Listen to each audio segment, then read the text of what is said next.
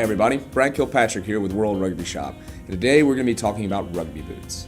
When you're in the market for a new rugby boot, there are a lot of options to sort through. You need firm ground, soft ground, 6 studs, 8 studs, leather, synthetic. It can be difficult to understand what you need and what you don't. We're committed to helping you perform your best on game day, so to help make sense of it all, we're going to provide all the information you need to know to make an informed decision on your next rugby boot purchase. Before we get into the nitty-gritty of selecting a boot, let's take a brief look at some of the major features of the boot you'll often hear referenced. The upper is all the material above the bottom of the boot. It's what's going to wrap around your foot. The outsole is the bottom of the rugby boot. This is where the studs reside and determines whether a specific model is designed for soft ground, firm ground, etc.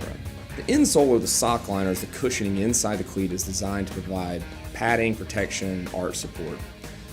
It's often removable, so you can add in orthotics if you'd like.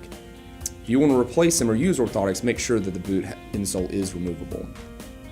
The midsole is the cushioning built into the shoe, and it sits between the insole and the outsole. It usually can't be removed. The heel counter is the back portion of the shoe that cradles the foot, and this is designed to provide stability and hold the foot in place when you're making cuts. Usually the higher and more rigid, the more control and support it's going to offer as you're cutting. But you'll want to have padding and protection to prevent blistering. The vamp is the front portion of the upper, and this is where the foot flexes and the boot makes contact with the ball when kicking. Many vamps are stitched or have added technologies to enhance the kicking power, ball control, or comfort. The studs or cleats are the traction elements fixed to the bottom of the outsole. They can be a range of types and patterns depending on the field conditions for which they're designed.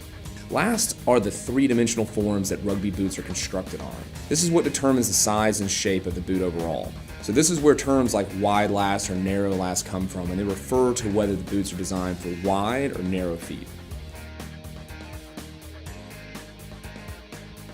There are 5 main considerations you need to think about when making a purchase: boot type, material, lacing, fit, and price.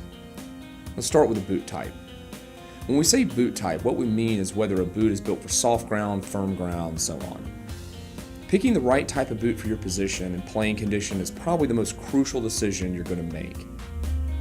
If you get the right type of boot, it can maximize your performance. If you get it wrong, you're not going to be able to display your skills and athleticism effectively. There are 4 major types of rugby boots: soft ground, firm ground, artificial grass, and turf or hard ground. Soft ground boots are designed for soft, well-sodded, or wet fields. They utilize long, detachable studs for maximum traction.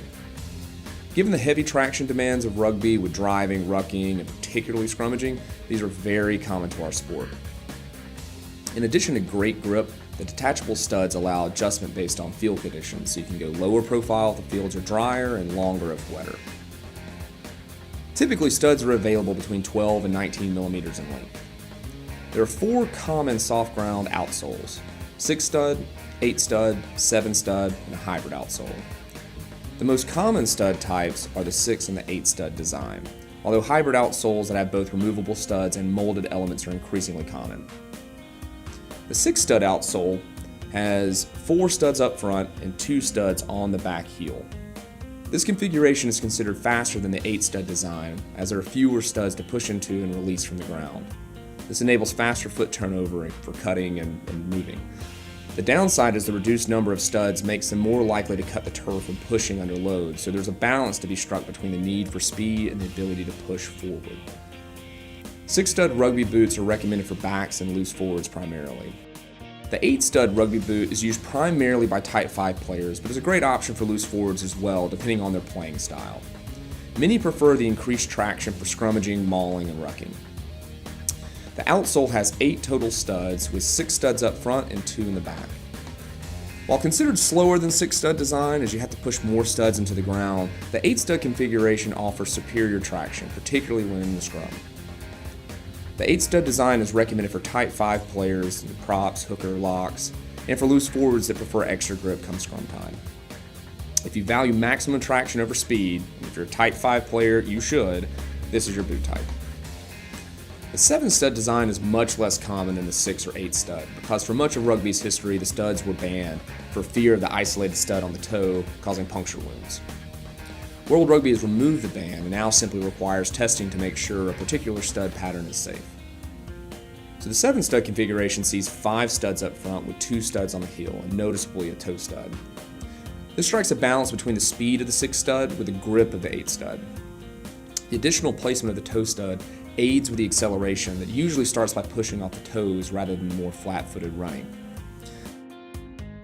This design was geared towards loose forwards specifically, who have to shoot off the back and sides of the scrum, usually from a 2 or a 3-point stance.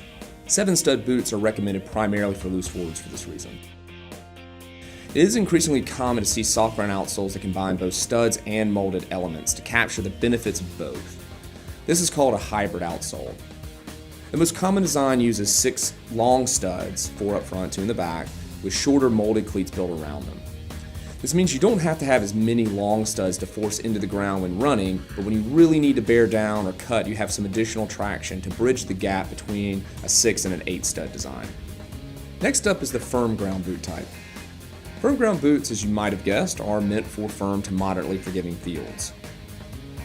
These are probably the most commonly used type of boot as they work on a wide variety of field types and conditions. While best for firm surfaces, they are serviceable on hard and even mildly soft fields if the studs are long enough.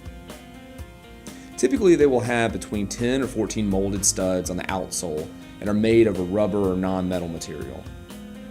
The increased number of studs and less rigid plastic or rubber materials make them significantly more comfortable on firm fields than soft ground boots. They also tend to grip better than soft ground boots, whose longer studs can't penetrate firmer fields effectively and you get kind of a skating effect. Firm ground boots are perfect for all positions if you play in drier parts of the country with very firm fields and are particularly good for summer 7s. If you can only own one type of boot, this is usually the one to opt for unless you live in a very wet part of the country where soft ground works most of the time. Loose forwards and backs might still prefer them even if they play on relatively soft but not wet fields. You'll see firm ground boots utilize some combination of bladed or conical studs. Bladed studs are thinner and have a more knife-like edge. It's designed to cut into the ground and grip more than round studs are. They work really well for lateral movements and cutting that requires hard plants, but because they grip the ground so well, they are less suited for twisting and pivoting. Conical studs, on the other hand, offer a quicker release and better pivoting since they are not cutting into the ground as effectively as bladed studs, and the rounded shape allows for more twisting. Given the advantages and disadvantages of blades and rounded studs, many boots simply incorporate both. Boots that feature both conical and bladed studs will typically have 4 bladed studs under the heel for the hard planting and cutting, and rounded studs on the forefoot for easier pivoting. This gives you more of the upside of both cleat types and minimizes their downsides. In a nutshell, the more you like to cut and juke, the more bladed the design should be. The more you like to twist and pivot, the more conical design that you're going to want to have. And ultimately, utilizing a mixed pattern is going to give you a really good all-around performance. Given the increasing prevalence of artificial grass fields in recent years, manufacturers have started to cater to this very specific field type. While firm ground boots will work on artificial grass, there's some evidence that firm ground or longer studded cleats have too much grip on artificial grass and can lead to more joint and muscle injuries. On the flip side, hard ground or turf shoes often don't give the same level of traction that players desire. So to help bridge that gap, you're starting to see more of these artificial grass specific boots. Artificial grass outsoles are designed to mimic the same feeling and functionality of firm ground boots on natural grass, but without the increased injury risk. They are very similar to firm ground cleats, but with more studs across the outsole. Since artificial grass fields are easier to penetrate, the studs themselves are often shorter, softer, and even hollow. They're also designed to be extremely durable, as artificial grass fields can be very hot and abrasive, which wears down traditional firm and soft ground boots rapidly. Artificial grass boots are recommended for those who play primarily on artificial grass, obviously, although in a pinch they can work on firm fields too. Lastly, let's take a look at turf or hard ground boots. These are meant for extremely hard and or original synthetic surfaces. Think baked dirt fields and AstroTurf. In order to increase comfort and grip on fields that are unlikely to be penetrated by traditional stud patterns, these finely studded shoes place short, usually rubber studs uniformly across the outsole. This allows for the greatest force displacement across the pressure points for foot comfort and allows the boot to grip the ground by offering many shallow studs that can just penetrate the surface of the field. Traditional firm ground and soft ground studs would skate across the surface and not offer strong traction, so this is what makes this a good alternative. Hard ground boots are more of a specialist outsole for very specific conditions or for people that prefer comfort over grip on more standard surfaces. While not as important as stud type, getting the right material matters a lot when you're determining the level of comfort and durability you want out of your boots. There are 4 major materials you're likely to encounter: kangaroo leather, calfskin leather, full grain leather, and synthetic materials. Kangaroo leather is considered the premium leather for rugby boots. It is incredibly soft and molds so well with the foot there's very little break-in time required. It can also be very thin, which allows great touch on the ball when kicking. Kangaroo leather will generally stretch after a few uses, so for the best fit, make sure you err on the side of it being a little snugger than you might normally like, because it is going to stretch out. It's also not waterproof or quite as durable as calfskin and cowhide leather, so that's something to consider. Calfskin is another type of premium natural leather that offers a good balance between the lightness of kangaroo leather and the durability of a more full-grain, heavier leather. It's also water resistant, which makes it a good option for a variety of weather conditions. Full-grain leather is a thicker, tougher, heavier leather. It's more water resistant than most other leather types and is very durable. It can handle significant wear and tear while still providing the broken-in comfort of a leather upper. Synthetic uppers can vary greatly from boot to boot and between brands, but in general, synthetic materials tend to be lighter and more durable than natural leather. The trade-off is they're often harder to break in and traditionally have been less comfortable, although this is improving massively as brands improve that technology. Once you've decided on the type and material, you'll need to be thinking about the lacing system. For a lot of players, this is not a big thing to consider, but if you have to do a lot of kicking, it can be a significant feature. The standard lacing system we're all familiar with has the laces going straight up the middle of the upper. It's tried and true, it's been proven at the highest levels for all positions. It's perfectly acceptable for anybody.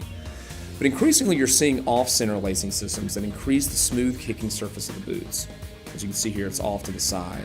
And while this might not seem like a big thing, increasing the size and consistency of the kicking surface on a boot can make a big difference when you're punting, drop kicking, and kicking a goal regularly. Now that we've covered the major performance aspects, let's talk about fit. Get this wrong and you can really harm your performance and particularly your comfort when you're playing. For rugby boots, the aim is for a snug but not overly tight fit.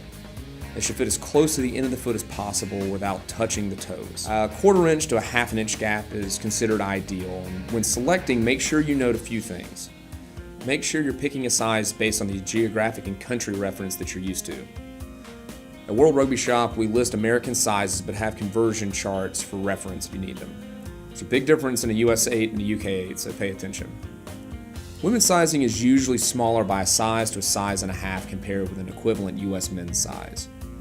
Youth or junior sizes are simply smaller men's sizes, sizes 1 through 6.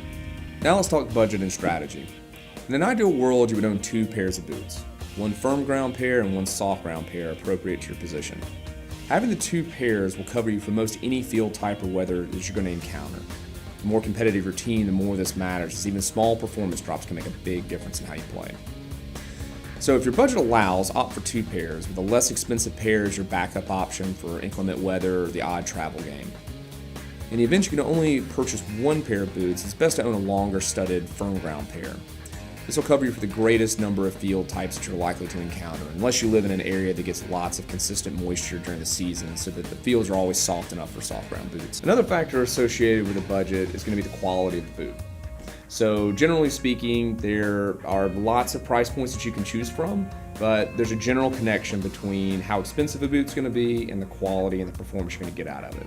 So of course we would say that, but again, typically speaking, the lower end boots are not going to last as long. They typically don't have as much durability or comfort or performance. So spending a little bit more money up front can usually mean that you're not going to have to replace it as often. So in the long run, you'll actually save some money. We hope that clarifies some things for you so that you can ultimately find the boot that's going to work best for you. There's a written guide available on worldrugbyshop.com. And of course, if you need any assistance with any boots, we would love to help you out in making that decision.